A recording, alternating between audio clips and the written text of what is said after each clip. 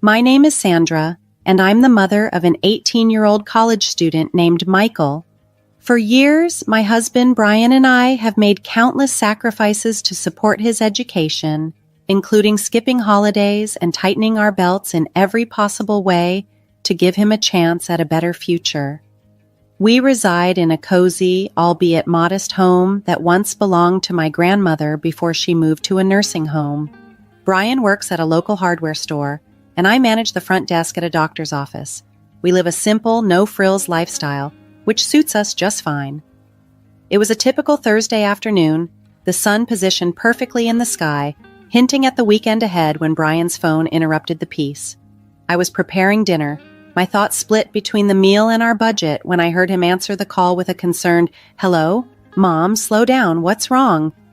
As I watched him pace back and forth, his face drained of color, the call ended and he collapsed onto the sofa, looking utterly deflated. "It's my parents," he said. "Their business has gone under. They're bankrupt and they've lost everything, including their house." My heart sank at the news. "Oh, Brian, that's awful. What are they planning to do?" "They want to stay with us for a while," he replied, clearly worried about our reaction. "Just until they sort things out." I paused, considering our already tight finances and the structured piece of our life that was now at risk of being disrupted. "And what did you tell them?" I asked. Brian massaged his neck, a sign of his stress. "I said I'd talk to you first. It's your house too, Sandra.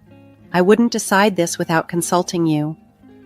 Brian's parents, Terry and Catherine, were far from easygoing. Accustomed to a luxurious lifestyle, our simple home was a stark contrast to what they were used to. "You know how they are, Brian. This house, it's not really their style," I reminded him. "I know," he replied, his expression troubled.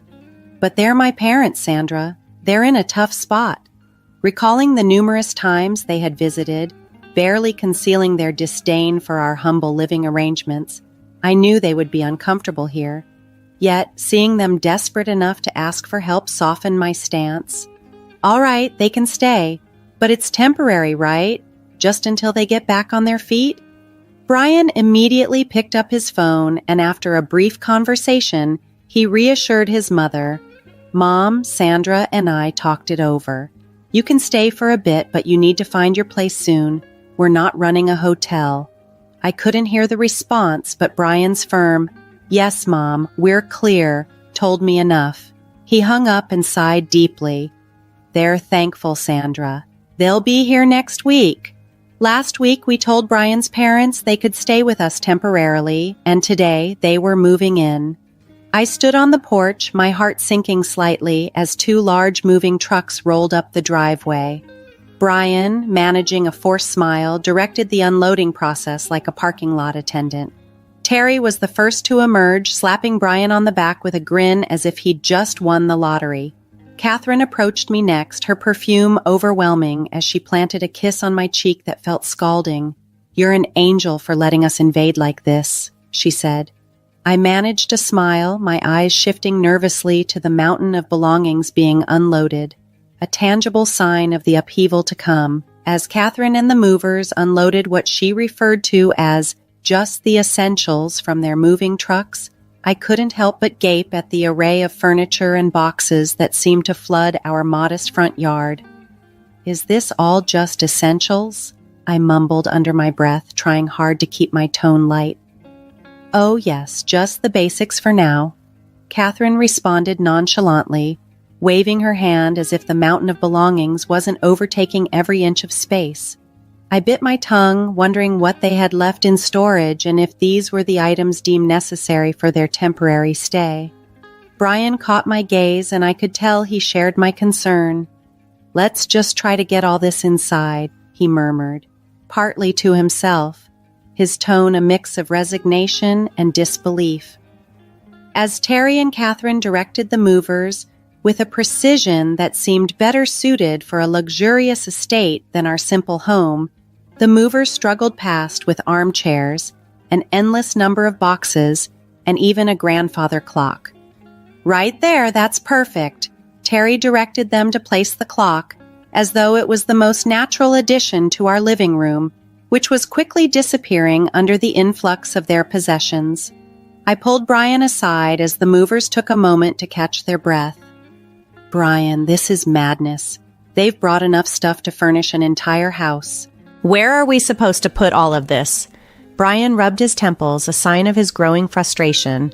"I know, Sandra. I'll talk to them, I promise. Let's just get through today." As the movers resumed, our ground floor transformed into a cluttered showcase of Terry and Catherine's old lifestyle. Every corner was filled, every space overtaken. By the time the movers left, our once cozy living room resembled more of a storage unit than a family space. Dinner that night felt like navigating a labyrinth. We barely managed to uncover the dining table beneath all the clutter. Terry and Catherine seemed completely oblivious to the chaos, blissfully chatting about their journey as Terry opened a bottle of pricey French wine. "Sandra, you really should try this," he insisted, pouring a glass with a flourish. "Thank you both so much for having us," Catherine added sweetly, her voice almost too sugary as she continued. "It's just until we find our feet." Brian, clearing his throat nervously, attempted to set some boundaries. "Yeah, about that. We need to talk about some ground rules. Space is tight and— "Oh, don't worry about it, son," Terry interrupted with a dismissive wave. "We'll manage just fine, won't we, dear?" He smiled at Catherine, who nodded enthusiastically. Looking around at the invaded space, the piles of boxes, the ostentatious ornaments displacing our simpler decor, I wasn't so sure about that. Adjusting to life with Terry and Catherine was proving to be more challenging than I'd anticipated. A few days later, as we settled into a new sort of routine, another challenge emerged.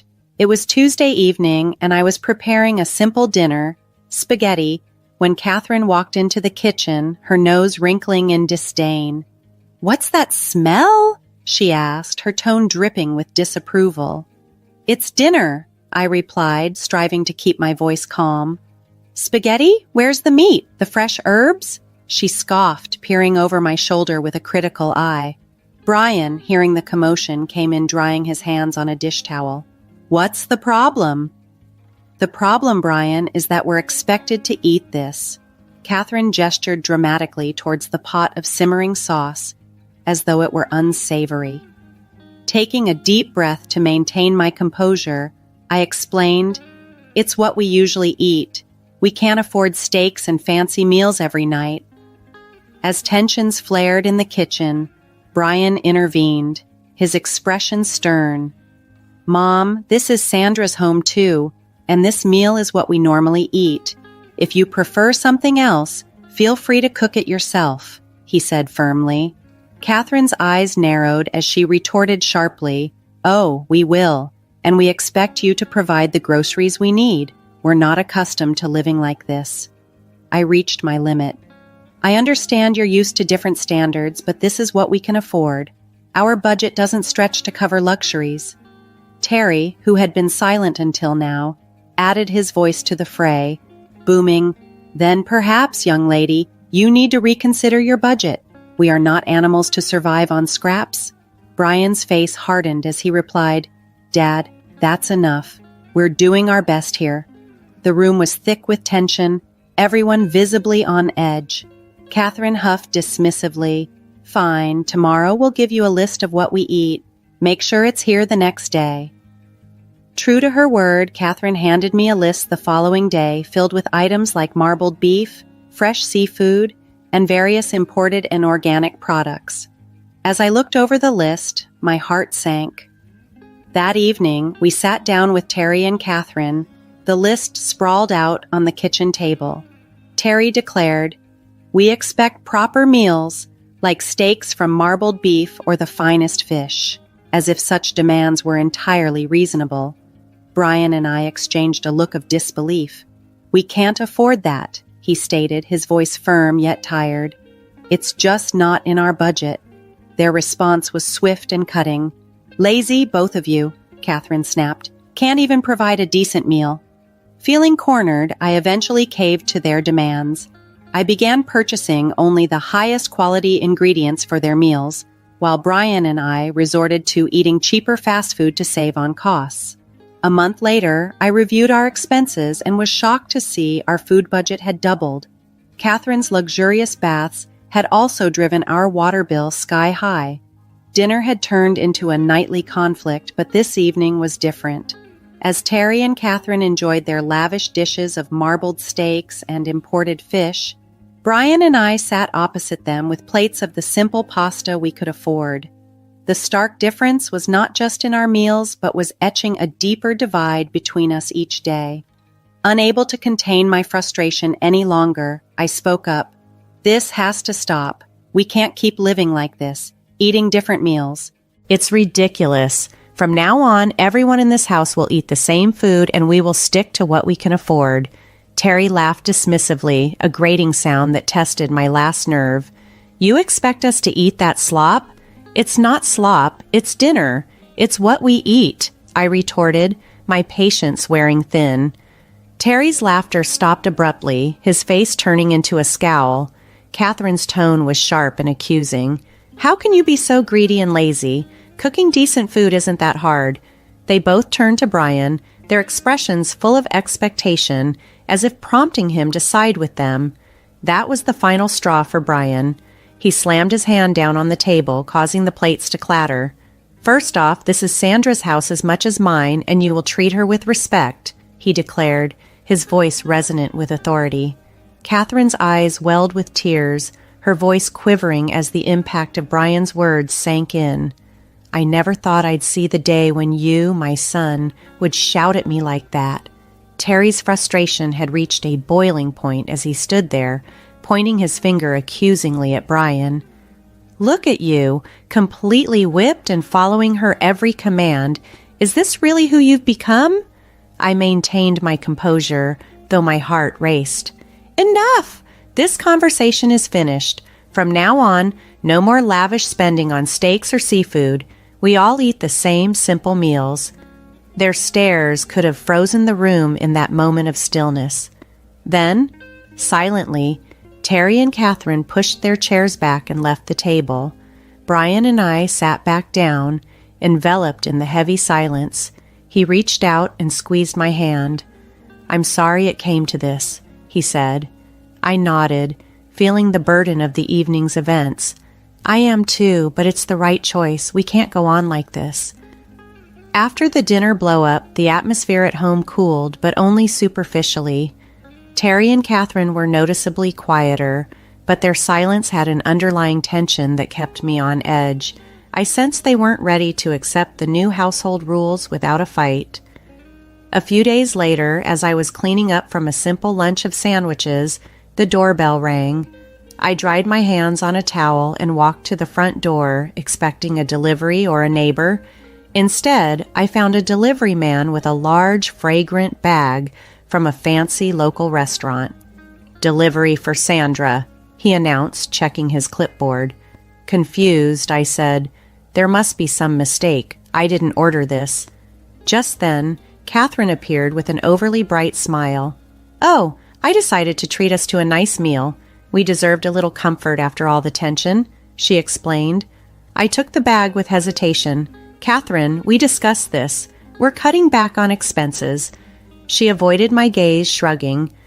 "I thought it was on your tab, dear. My mistake." Brian entered from the kitchen, catching the tail end of our conversation. "What's going on?" he asked. "Your mother thinks we deserved an expensive lunch," I replied, the weight of the bag suddenly feeling even heavier.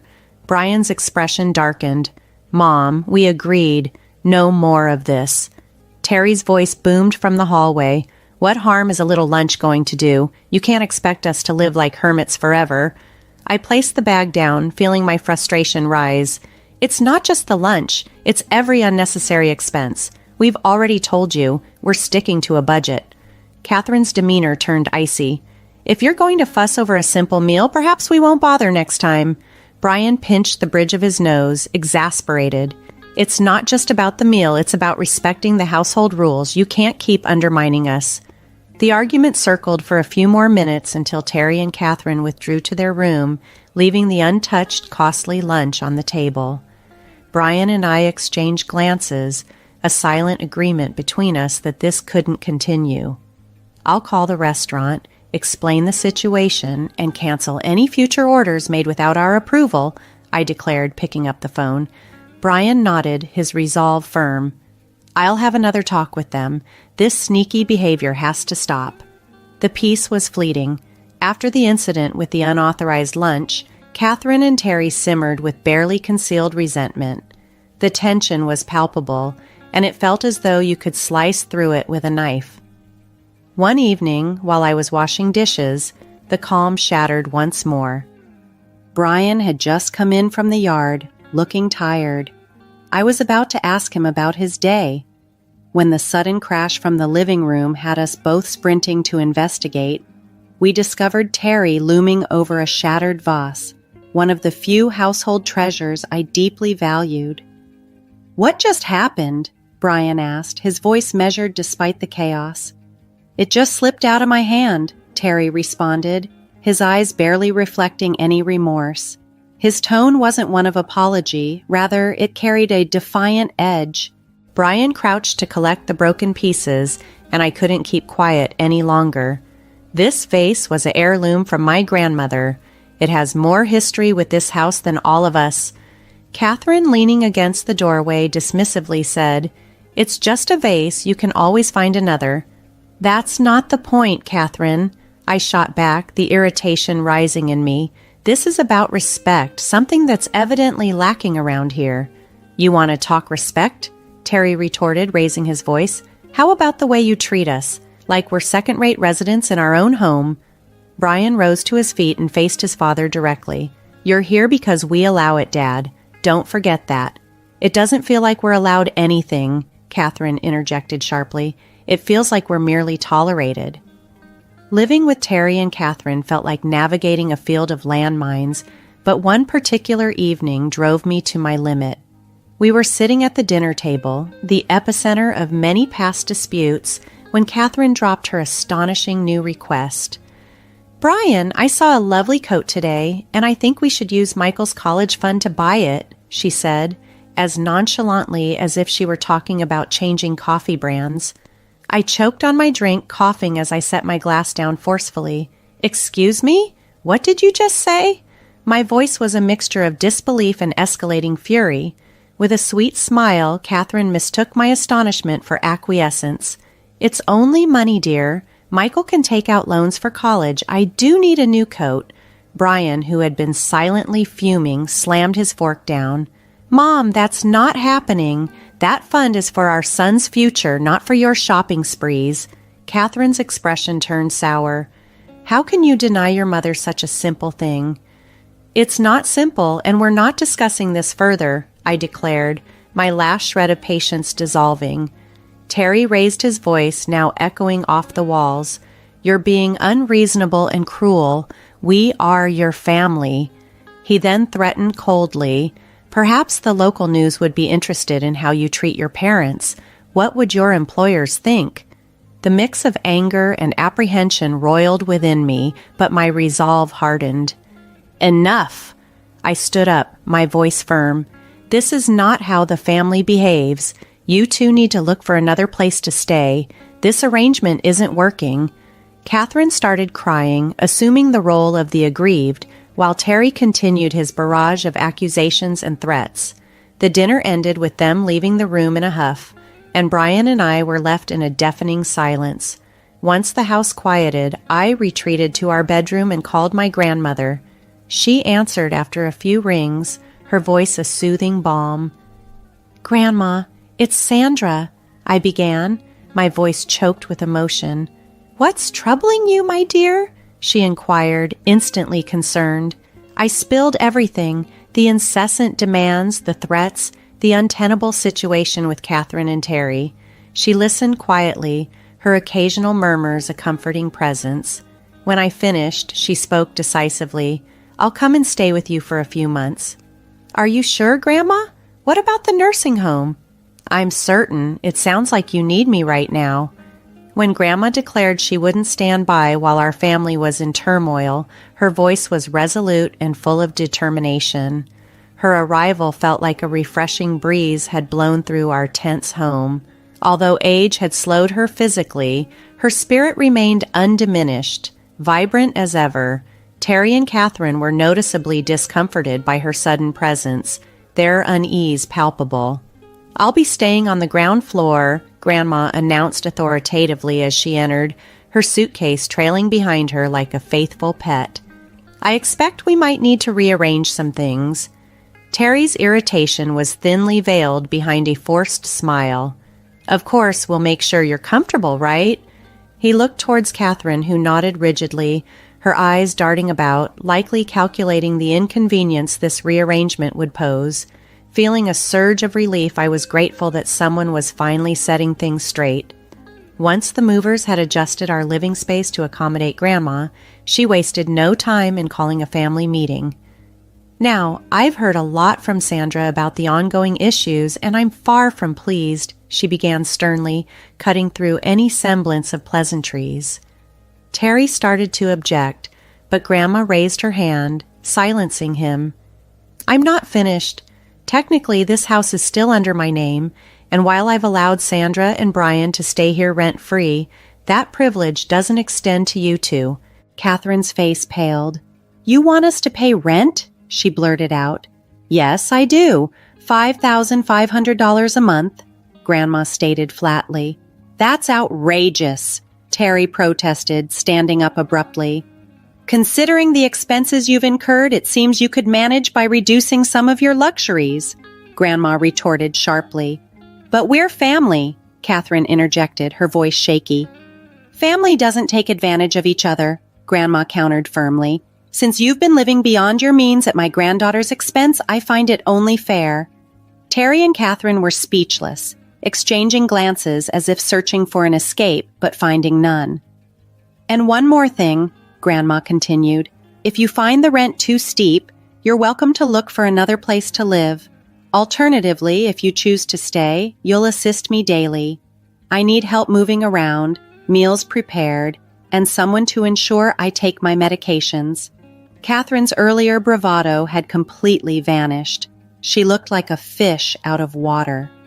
Terry, who had always valued his independence, seemed as if he'd been struck. "Think it over," Grandma concluded, her voice softening slightly. "I need your decision by tomorrow morning."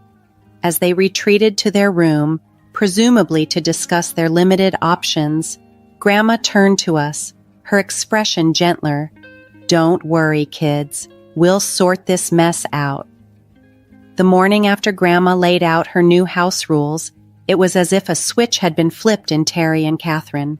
I entered the kitchen to find them packing their belongings, a growing pile of boxes near the door. "We've decided to move out," Terry declared, not looking up from the box he was sealing. "We found a small apartment. We'll take our things and go." Catherine was busier, stuffing items into bags with swift, sharp movements. "It's for the best," she muttered, almost to herself, but loud enough for me to hear. The rest of the morning passed in a blur of activity as boxes and furniture moved out the door. Brian helped, more out of a sense of duty than desire, as our home finally began to feel like a sanctuary again. By mid-afternoon, the section of the house that Terry and Catherine had occupied was eerily silent, a testament to their swift exit. The echo of their departure lingered long after they had driven away. Grandma, who had been observing quietly from her chair, gave me a knowing look. "Well, that's that then. They'll be all right, you know. Sometimes a bit of hardship is necessary to bring people back down to earth." We later learned that they had sold most of their possessions to cover the rent and their other debts. The luxurious lifestyle they were accustomed to had been pared down to the essentials, much like their new modest apartment. Grandma stayed with us for another 3 weeks, her presence a comforting constant in our home. But eventually she decided it was time to return to her nursing home. Driving her back, I felt a blend of sadness and relief wash over me. "Thanks for everything, Grandma. We couldn't have managed without you," I told her. She waved off my thanks with a chuckle. "Oh, nonsense. You're stronger than you think. Just remember to stand up for yourselves. No one else will do it for you," she advised, her words bolstering my confidence. I said farewell to her, assuring her that I would come back to visit soon. As I made my way back home, the space seemed more expansive and the silence deeper than before. That evening, Brian and I settled into our porch chairs, the gentle evening breeze comforting us.